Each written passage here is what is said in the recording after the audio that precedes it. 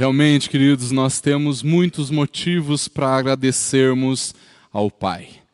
Todo o sustento que Ele tem derramado sobre as nossas vidas, todo o cuidado sobre a vida da nossa igreja, toda a história que o Senhor Deus conduziu até aqui, nos dá muitos motivos para agradecer.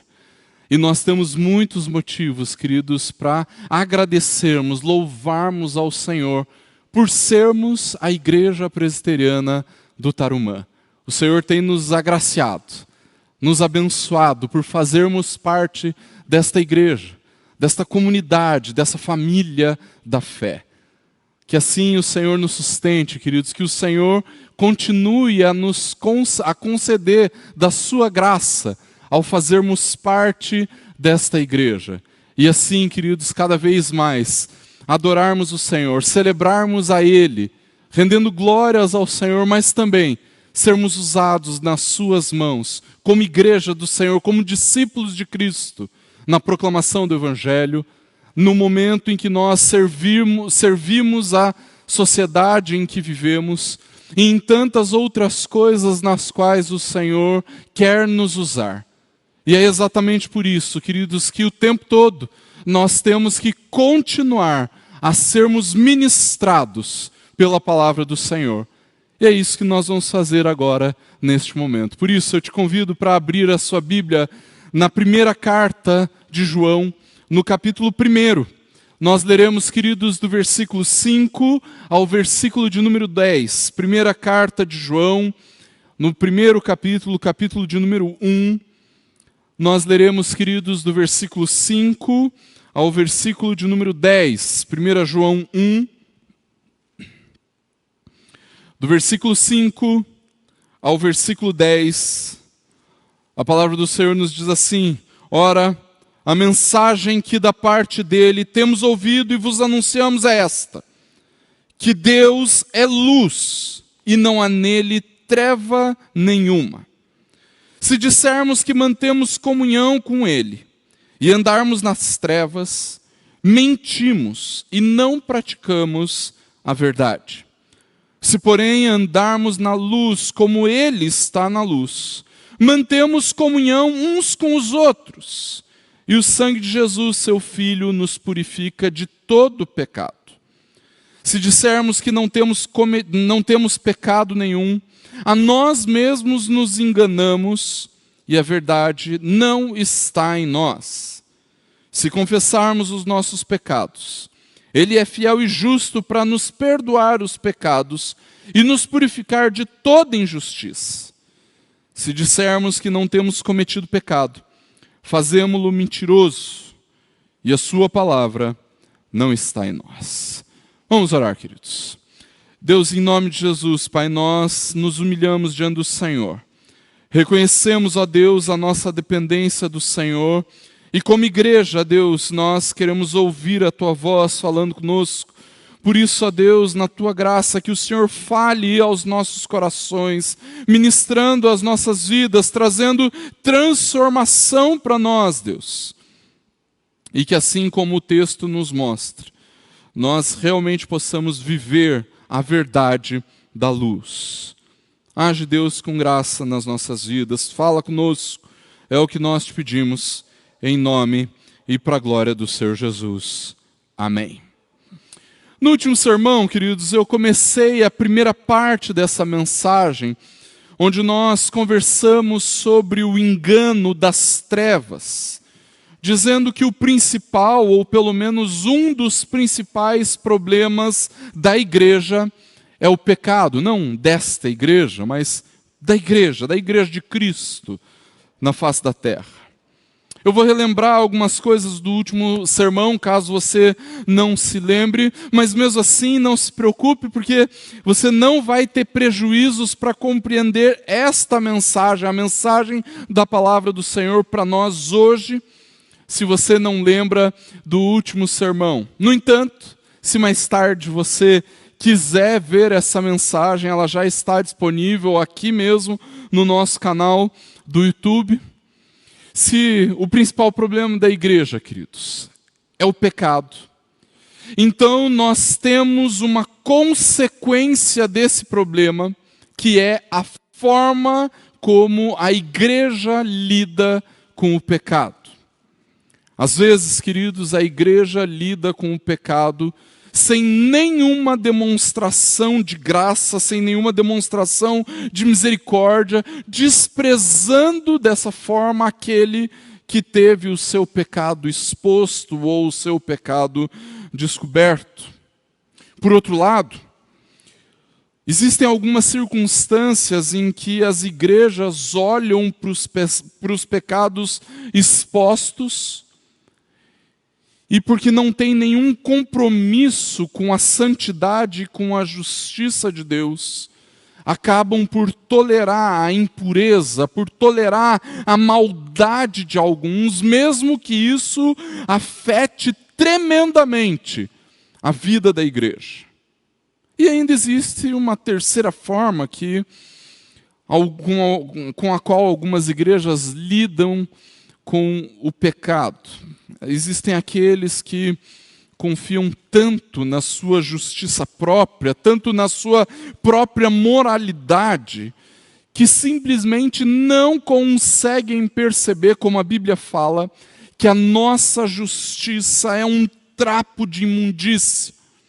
Vive uma vida ética, mas sem provar de verdadeira transformação.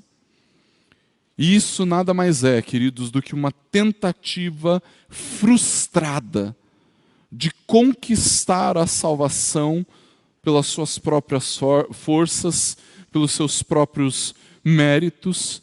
Por isso, é só uma tentativa, e uma tentativa muito frustrada. Todas essas realidades, queridos, demonstram como a igreja, na maioria das vezes, tem muita dificuldade para lidar com o pecado. E além disso, todas elas fazem com que os pecados, todas essas formas fazem com que os pecados não sejam corrigidos de fato e muito menos tratados. Mas essas realidades também fazem, queridos irmãos, com que a gente não trate a justiça de Deus e, como consequência, a pureza da igreja, como essas coisas deveriam ser tratadas. A justiça de Deus é algo muito sério, queridos. A pureza da igreja é algo muito sério para que nós possamos negligenciá-las. Esses enganos em que muitas vezes nós vivemos, queridos, eles demonstram uma forma, são uma forma que nós temos de tentarmos dizer para os outros, para nós e para o próprio Deus, que apesar da maldade em que nós vivemos, apesar do nosso pecado, é assim mesmo que nós vivemos, é assim que nós vamos viver. Sabe aquela síndrome de Gabriela? Eu nasci assim, eu fui sempre assim, vou morrer assim. No entanto, irmãos, João entende que trevas e luz são realidades muito sérias para serem tratadas como questões menores, para serem desprezadas como uma boa parte dos crentes dos nossos dias faz. E a maior questão que nós vemos nisso, queridos, é que aqueles que vivem assim podem pensar que estão salvos. Podem pensar que a situação eterna das suas almas está garantida. Podem pensar que são verdadeiramente convertidos, que são crentes sinceros. Mas não é o que o apóstolo João nos diz nesta carta, queridos. Durante toda a primeira carta de João, irmãos, nós vamos ver que os fundamentos da vida cristã estão sempre relacionados com 3 temas. O tema doutrinário, que é aquilo que nós sabemos e conhecemos a respeito de Cristo, do Senhor da vida. O tema moral, que fala a respeito da nossa luta contra o pecado. E por fim, o tema social, ou então relacional, que é a intensidade com a qual nós vivemos e expressamos o nosso amor uns pelos outros. Nesse texto que nós lemos, queridos, João quer nos demonstrar que viver os fundamentos da vida cristã, que é o nome da série em 1 João que nós estamos pregando, viver os fundamentos da vida cristã passa com toda certeza por uma intensa luta contra a nossa pecaminosidade. E não é sem motivo que o apóstolo João aborda esse assunto. Sabe por quê, queridos? Porque existe uma verdade fundamental por trás disso tudo. E a verdade fundamental não sou eu, nem você, não é o nosso bem, nem o nosso mal. Mas a verdade por trás de tudo isso, a verdade fundamental por tudo isso, está expressa no versículo 5. Deus é luz, e não há nele treva nenhuma. No último sermão, queridos, há 3 semanas, não se preocupe, você não tem obrigação de lembrar, mas se quiser lembrar, você pode acessar o nosso canal do YouTube e assim participar da mensagem, ouvir a mensagem que já está lá disponível. No último sermão, queridos, nós vimos quais são os enganos das trevas que algumas pessoas podem estar vivendo. E eu gostaria de relembrar você a respeito deles. O primeiro engano, queridos, é quando diante de uma situação pecaminosa alguém chega a afirmar: quer saber, eu tenho pecado mesmo, é assim mesmo, mas e daí? Todo mundo tem. Afinal, todo mundo tem pecados. Eu tenho também, você tem, os outros têm e por aí vai. Quando alguém argumenta isso, queridos, está negando o caráter perfeitamente santo de Deus, está tripudiando a justiça de Deus e revela que não tem temor nenhum de Deus, achando que pode ter comunhão com Deus e mesmo assim viver uma vida de mentiras, uma vida de imoralidade, e acha que pode ter comunhão com Deus e andar em trevas. Mas João nos diz que isso é impossível, queridos. Achar que é perfeitamente possível viver uma vida pecaminosa e dizer que tem comunhão com Deus é o exemplo perfeito para os hipócritas.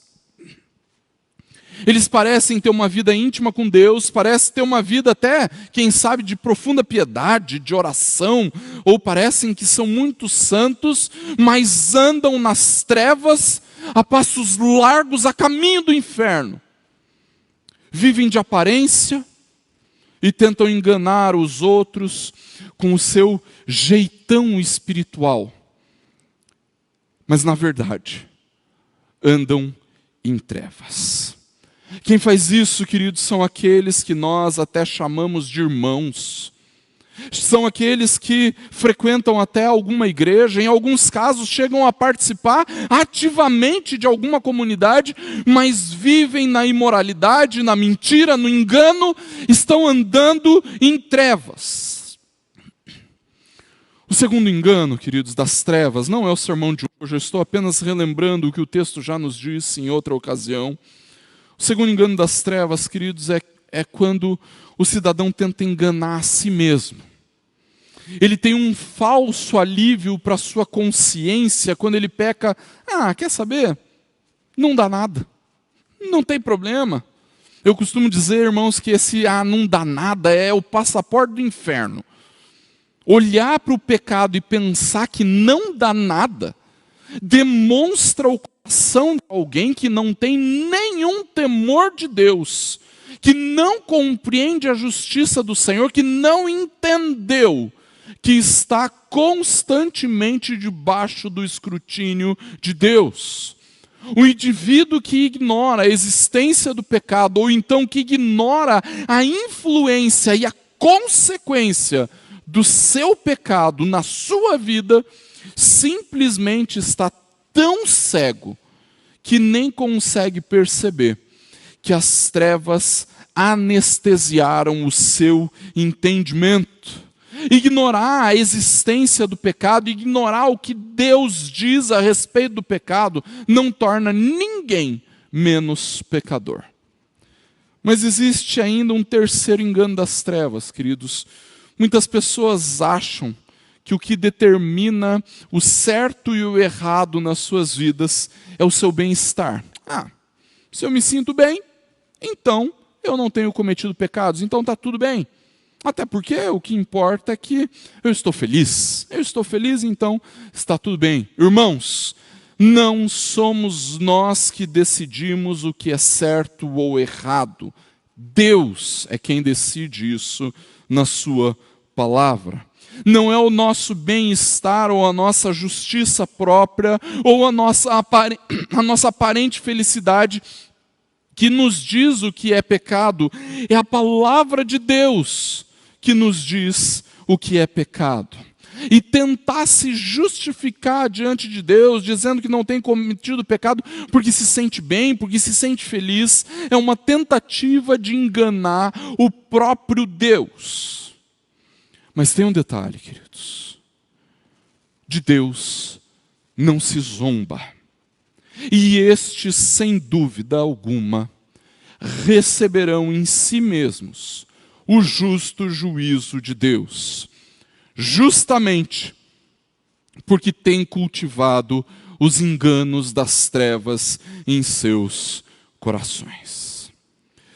No entanto, queridos, apenas conhecer os enganos que as trevas produzem sobre a vida de alguns não significa nada se você de fato não provar da verdade da luz.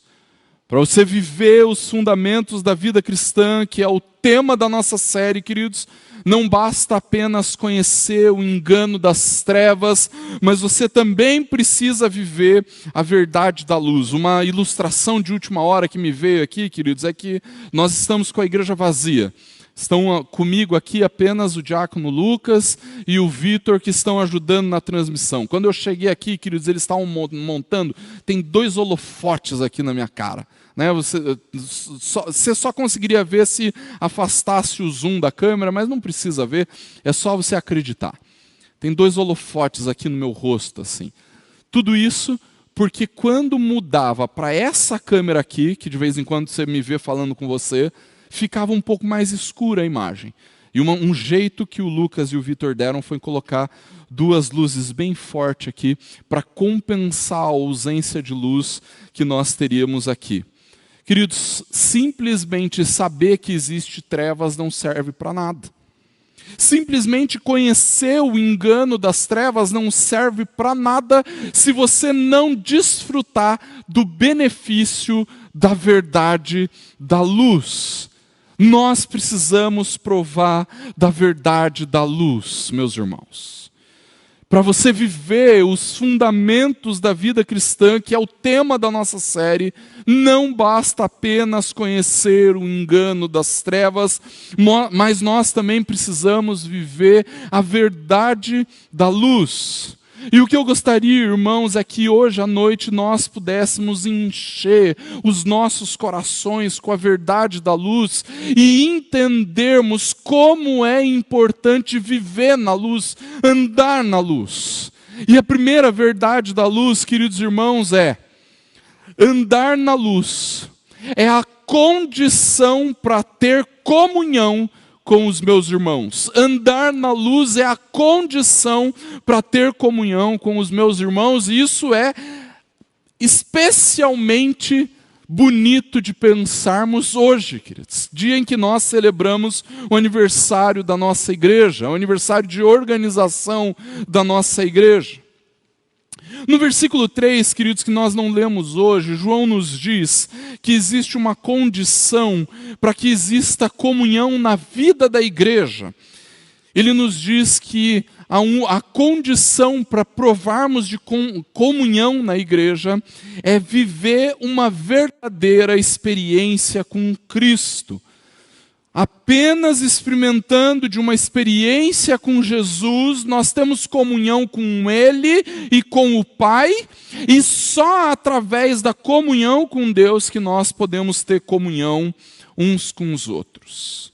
Mas agora, queridos, no versículo 7, o apóstolo João nos mostra uma outra condição para experimentarmos de verdadeira comunhão uns com os outros, uma continuação, uma ampliação dessa comunhão, ou dessa condição para experimentarmos de verdadeira comunhão uns com os outros, e a condição é andar na luz. Ele diz assim na primeira parte do versículo 7, se porém andarmos na luz, como Ele está na luz, mantemos comunhão uns com os outros. Irmãos, se nós estamos experimentando de comunhão com Deus, então nós também precisamos experimentar de comunhão com os irmãos. Existem algumas pessoas que muitas vezes acham que a primeira coisa que a gente tem que fazer com um crente é tão somente pregar o evangelho. A gente não se preocupa, algumas pessoas não se preocupam em trazê-lo para viver a vida da igreja. Algumas pessoas pensam assim, não, primeiro eu vou pregar o evangelho para ele, depois que ele se converter, ele vai para a igreja. No entanto, queridos, a verdade é que a comunhão é algo importantíssimo na conversão, na evangelização, na proclamação do evangelho. Por isso, se você estiver discipulando alguém, pense bem seriamente, ele precisa viver a vida da igreja, né? Ele precisa estar em comunhão com as pessoas da luz. A verdade fundamental desse texto, queridos, é o que solidifica esta primeira verdade da luz. Deus é luz. E João acrescenta uma outra verdade que é óbvia, uma consequência disso. Se Deus é luz, então Deus também está na luz. E se Deus é luz, queridos, e eu tenho andado com Ele e andado nele, então eu posso experimentar de verdadeira comunhão com os meus irmãos, com aqueles que de fato andam na luz. Aqueles que relativizam o ensino da palavra, queridos, podem achar que a fala de João aqui é muito dura, muito rigorosa, achando que a tolerância, por exemplo, talvez fosse uma virtude mais importante para experimentarmos de comunhão. Afinal, se eu não tolerar os erros, os enganos, os pecados dos meus irmãos, então como é que eu vou ter comunhão? Por um lado isso é verdade, irmãos. No entanto, nós não podemos simplesmente tolerar alguém que insiste em andar nas trevas. Alguém que insiste em andar em trevas, queridos, eu vou dizer bem a verdade, não é bem-vindo à nossa comunhão. Ninguém vai ter comunhão comigo se insistir em andar em trevas, não porque eu sou bom, não porque eu tenho algo de especial para andar com essa pessoa, mas porque eu estou na luz.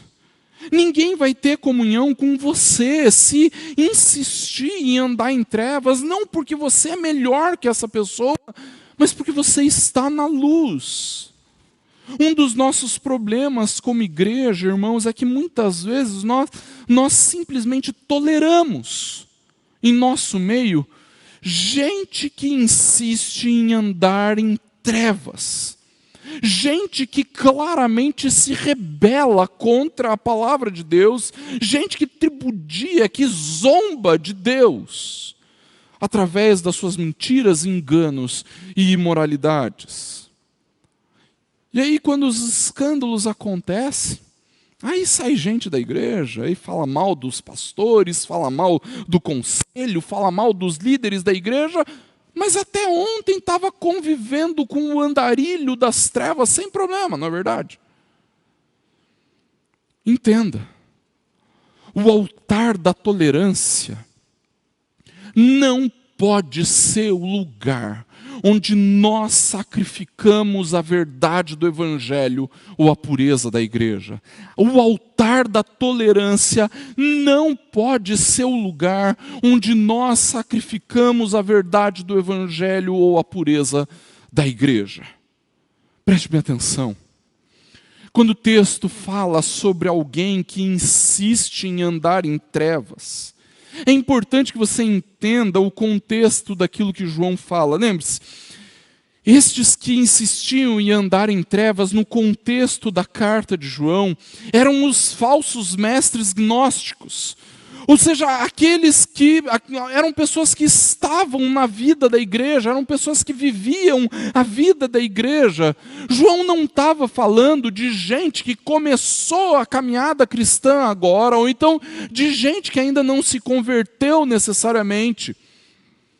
Com essas pessoas, com certeza, com toda certeza, nós devemos sim nos relacionar, até para podermos demonstrar amor, para anunciarmos o Evangelho, para falarmos de Jesus, nós temos que nos relacionarmos e nos interessarmos profundamente em amor por essas pessoas.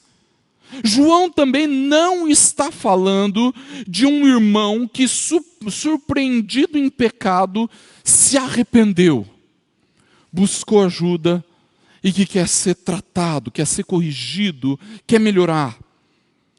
João está falando de gente que, apesar de estar na igreja, em alguns casos, como era o caso dos mestres gnósticos, dos falsos mestres, apesar de exercer até uma certa influência na vida da igreja, vive nas trevas. É gente que, apesar de viver entre a gente, vive em imoralidades, em mentiras. Irmãos, a igreja é a comunidade do povo de Deus. E se o nosso Deus é luz, então a comunidade do povo de Deus persevera em andar na luz. A comunidade do povo de Deus precisa continuar vivendo a verdade. A comunidade do povo de Deus precisa continuar vivendo a pureza. Aqueles que andam nas trevas vivem a mentira. Aqueles que andam nas trevas vivem a imoralidade. E nós não devemos ter comunhão com a mentira e com a imoralidade. Por isso, se você quer ter comunhão com o povo de Deus, então você precisa andar na luz. Se nós queremos provar de verdadeira comunhão com os irmãos, queridos, nós precisamos andar na luz. Queridos, hoje nós estaríamos aqui celebrando uma festa. Muito provavelmente a igreja estaria cheia, né? Provavelmente os diáconos estariam trabalhando como loucos, colocando cadeira para caber todo mundo na igreja. Depois do culto encerrado, nós iríamos para o salão social, nós íamos celebrar ali, fazer um bolo, tomar refrigerante ou água para aqueles que são mais fitness, né? Para aqueles que talvez cuidem um pouquinho melhor da sua saúde. Mas a verdade é que nós estaríamos todos juntos celebrando, agradecendo, nos alegrando por causa daquilo que Deus fez na história da nossa igreja. No entanto, queridos irmãos, nada disso simbolizaria comunhão. O que verdadeiramente demonstra a comunhão que nós temos uns com os outros, queridos, é o fato de provarmos, experimentarmos de uma verdadeira experiência com Cristo, mas também do fato de que nós, de fato, andamos na luz. Para vivermos em comunhão uns com os outros, nós precisamos andar na luz. Esta é a condição para vivermos em comunhão. Mas o texto também nos aponta, queridos, a segunda verdade da luz. Perfeição moral não é condição para andar na luz. Perfeição moral não é condição para andarmos na luz. Ué, pastor, agora eu fiquei confuso. Se para ter comunhão eu preciso andar na luz, isso não quer dizer que eu preciso ser perfeito? De maneira nenhuma, irmãos. Andar na luz não significa que você será moralmente perfeito. Andar na luz não significa que nós não cometeremos pecados, queridos. É exatamente por isso que o apóstolo João nos diz na continuação do versículo 7, se porém andarmos na luz, como ele está na luz, mantemos comunhão uns com os outros. E o sangue de Jesus, seu Filho, nos purifica de todo pecado. Preste bem atenção aqui. Quando João fala isso, queridos, ele não está dizendo que o andar na luz é a condição para que o sangue de Jesus nos purifique. Não é isso que João está dizendo, é justamente ao contrário.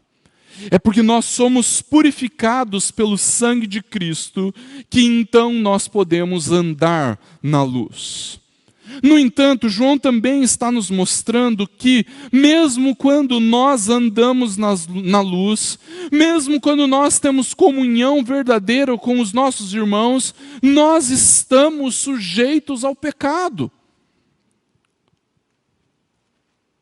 Não é porque nós andamos na luz, queridos, e não é porque nós temos comunhão com os nossos irmãos, que nós estamos isentos de pecar. No entanto, porque nós estamos na luz, nós sabemos que Jesus nos purifica dos nossos pecados. E se a palavra nos garante essa verdade, queridos, então nós podemos ter certeza da eficácia, da suficiência do sacrifício de Cristo ao nos purificar de todos os nossos pecados. E Jesus não nos purifica apenas dos nossos pecados que ficaram no passado, queridos. A eficácia do sacrifício de Cristo em nosso favor é permanente, irmãos. Ele nos purifica dos pecados que nós cometemos no passado, mas o que cremos é que o sangue de Jesus nos purifica dos pecados que nós cometemos agora, no presente, e também daqueles que nós cometeremos no futuro. Mas pastor, eu tenho um pouco de medo disso. E se o pecado que eu cometer no futuro for grande demais? Queridos, nesse sentido, nós não cremos em tamanho de pecado. Nenhum pecado é grande demais a ponto de Jesus não poder nos purificar. Veja o que João fala. O sangue de Jesus, seu Filho, nos purifica de todo pecado. De todo pecado. Não existe um pecado que seja pequeno demais, que não ofenda a glória e a santidade de Deus. Mas, por outro lado, também não existe um pecado que seja grande demais, que o sangue de Jesus não possa purificar. O sacrifício de Cristo nos purifica de todo pecado. Mas preste bem atenção. Nós vivemos num tempo bastante humanista. Um tempo em que as pessoas acham que a evolução da humanidade, a evolução das relações sociais, a evolução do pensamento humano pode levar os seres humanos, a sociedade humana, a uma condição melhor, a uma condição mais pura. No futuro, quando todos compreenderem o horror e a crueldade do racismo, nós não teremos mais racismo. Quando os governantes compreenderem o altruísmo do serviço ao povo, então nós não teremos mais corrupção. Quando os homens compreenderem a igualdade das mulheres, não existirá mais a violência doméstica. Irmãos, isso é uma ilusão, uma mentira. A educação, a cultura, a evolução social não vai trazer mais pureza para a humanidade. A única coisa que pode nos purificar dos nossos pecados, queridos, é o sacrifício de Jesus. Não existe uma terapia ou um rito religioso ou uma ideologia, muito menos um avanço social ou tecnológico que possa nos purificar dos nossos pecados. Nenhum sacrifício do homem, nenhuma obra de caridade pode nos purificar, queridos. Só O sacrifício de Jesus tem esse poder e essa eficácia. E é justamente por isso, queridos, que ninguém precisa ser perfeito para andar na luz, porque nós temos a garantia de que o sangue de Jesus nos purifica de todo o pecado, e o sacrifício de Cristo é completamente suficiente para nos purificar de todo o pecado. Em terceiro lugar, a terceira verdade da luz é que a confissão de pecados, a confissão é a condição para o perdão e para a purificação. O verdadeiro cristão é aquele que constantemente se achega diante de Deus e confessa seus pecados. Se você provou verdadeiramente de uma experiência com Jesus, então você precisa cultivar uma disciplina de confissão de pecados. Tudo isso porque João nos diz no versículo 9, se nós confessarmos os nossos pecados, Ele é fiel e justo para nos perdoar os pecados e nos purificar de toda injustiça. Preste muito bem atenção aqui, porque alguns podem entender essa terceira verdade de alguma forma equivocada, de forma enganosa. Quando João afirma, queridos, esta condição para o perdão, essa condição para a purificação, ele não está atribuindo uma característica salvadora à confissão que nós praticamos. João não está dizendo que a confissão teria o poder de salvar alguém. Ele não está dizendo que é através da confissão de pecados que nós somos perdoados ou purificados. Não é a confissão que salva, não é a confissão que purifica, não é a confissão que perdoa os nossos pecados. Lembra daquele bordão evangélico? Só Jesus salva. É isso que nós cremos. Só em Jesus podemos ser salvos e purificados dos nossos pecados. Quando nós depositamos toda a nossa confiança em Jesus, queridos, nós somos justificados, nós somos perdoados e somos aceitos diante de Deus. É nesse sentido que o nosso destino está vinculado à confissão dos nossos pecados, queridos. O que João está querendo nos dizer com esse versículo é que todas as vezes que nós confessamos os nossos pecados, confessamos o pecado, nós estamos dizendo para o Senhor, Deus, o Senhor tem razão. Eu sou um pecador. Eu sou um pecador. E porque eu sou um pecador, eu fiz isso, eu fiz aquilo, eu falei aquilo que eu não devia falar, eu pensei essas coisas, eu tive essa e essa motivação enganosa. Confessar, irmãos, nada mais é do que concordar com a afirmação que Deus faz em sua palavra de que nós somos pecadores. É nesse sentido, queridos, que a confissão é uma condição para o perdão e para a purificação, porque quando nós confessamos, nós estamos encarando o nosso pecado, nós estamos encarando a nossa maldade, e sem tentar esconder nada, sem tentar manipular nada, nós concordamos com a santidade, com a justiça, com a retidão do nosso Deus. Quando nós confessamos pecados, irmãos, nós estamos olhando para o nosso Deus, para a sua glória, para a sua majestade, bondade e graça, para a sua justiça, para a sua santidade, para a sua retidão. E nós estamos dizendo para o Senhor, Deus, o Senhor me conhece.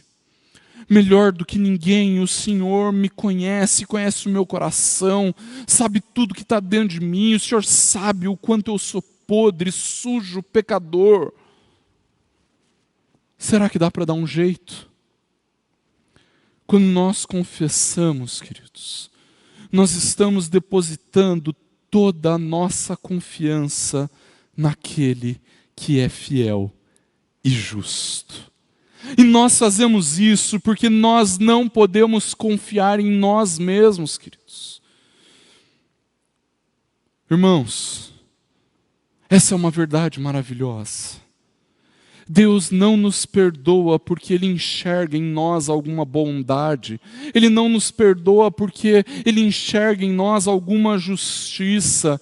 Deus não nos perdoa porque nós fazemos algo bom. Ele nos perdoa por causa do seu caráter.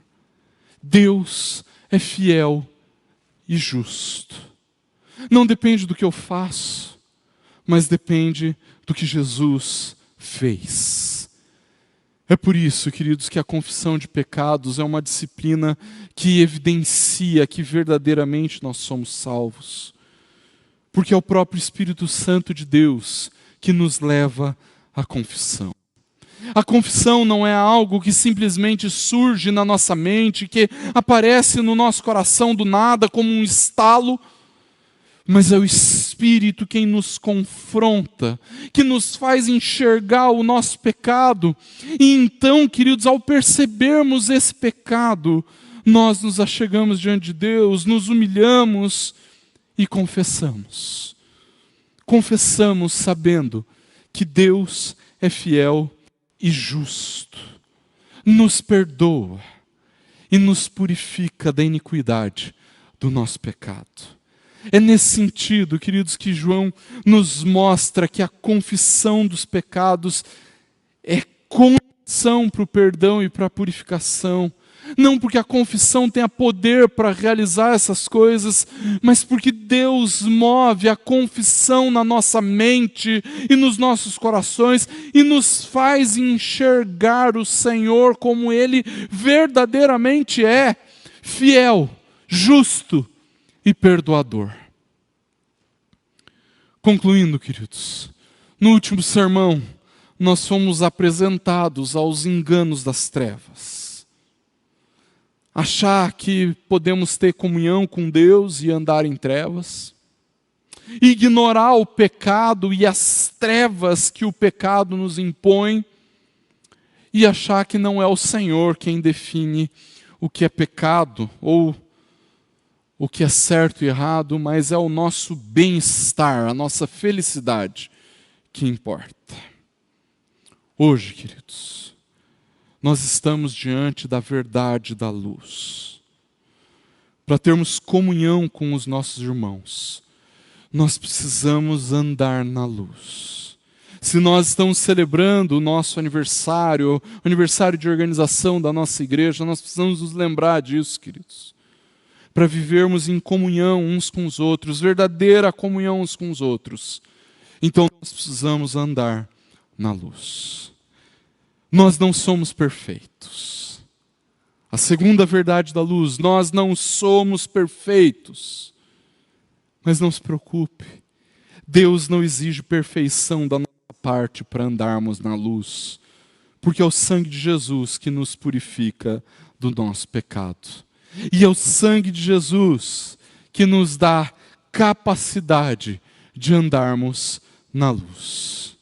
E a terceira verdade da luz é que todos aqueles que verdadeiramente andam na luz e creem em Jesus precisam cultivar em seus corações uma disciplina de arrependimento e de confissão de pecados. Se nós queremos viver, queridos, os fundamentos da vida cristã, então nós precisamos conhecer e combater o engano das trevas. Mas ainda mais do que isso, nós precisamos verdadeiramente experimentar a verdade da luz. Que Deus nos abençoe, queridos irmãos, e que durante essa semana nós possamos nos alegrar, andando verdadeiramente na luz. E assim, desfrutando de comunhão uns com os outros, desfrutando do perdão e da purificação dos nossos pecados, mas também vivendo uma disciplina de arrependimento e de confissão de pecados. Que o Senhor nos abençoe. Vamos orar? Feche seus olhos, abaixe sua cabeça. nós vamos orar. Deus, em nome de Jesus, nós nos colocamos diante do Senhor, confessando a Deus que somos pecadores, mas mais do que isso, Deus, celebrando o perdão e a purificação que nós temos em Cristo, o nosso Senhor. Deus, por favor, age com graça nas nossas vidas, que o Senhor derrame da Tua unção, da Tua presença sobre nós, e que o tempo todo, Deus, nós possamos olhar para o Senhor e nos regozijarmos no Senhor, celebrando o fato de que nós andamos na luz, por causa de quem Cristo é e daquilo que Ele fez.